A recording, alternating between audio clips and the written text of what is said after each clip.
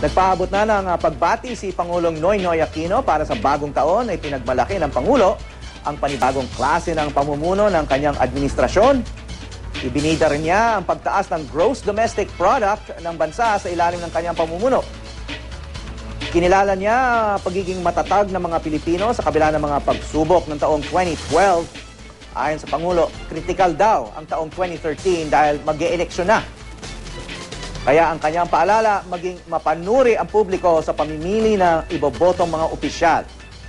Hiling naman ng Pangulo sa 2013 ay magpatuloy ang bayanihan sa bansa dahil ito raw ang susi sa tagumpay. Ang aking hiling ngayong 2013, ituloy lang natin ang bayanihan.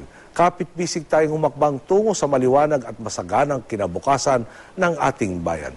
Muli po, kasama po ninyo kung umaasa na ang ating bagong taon ay di hamak na mas maganda sa nakalipas na taon.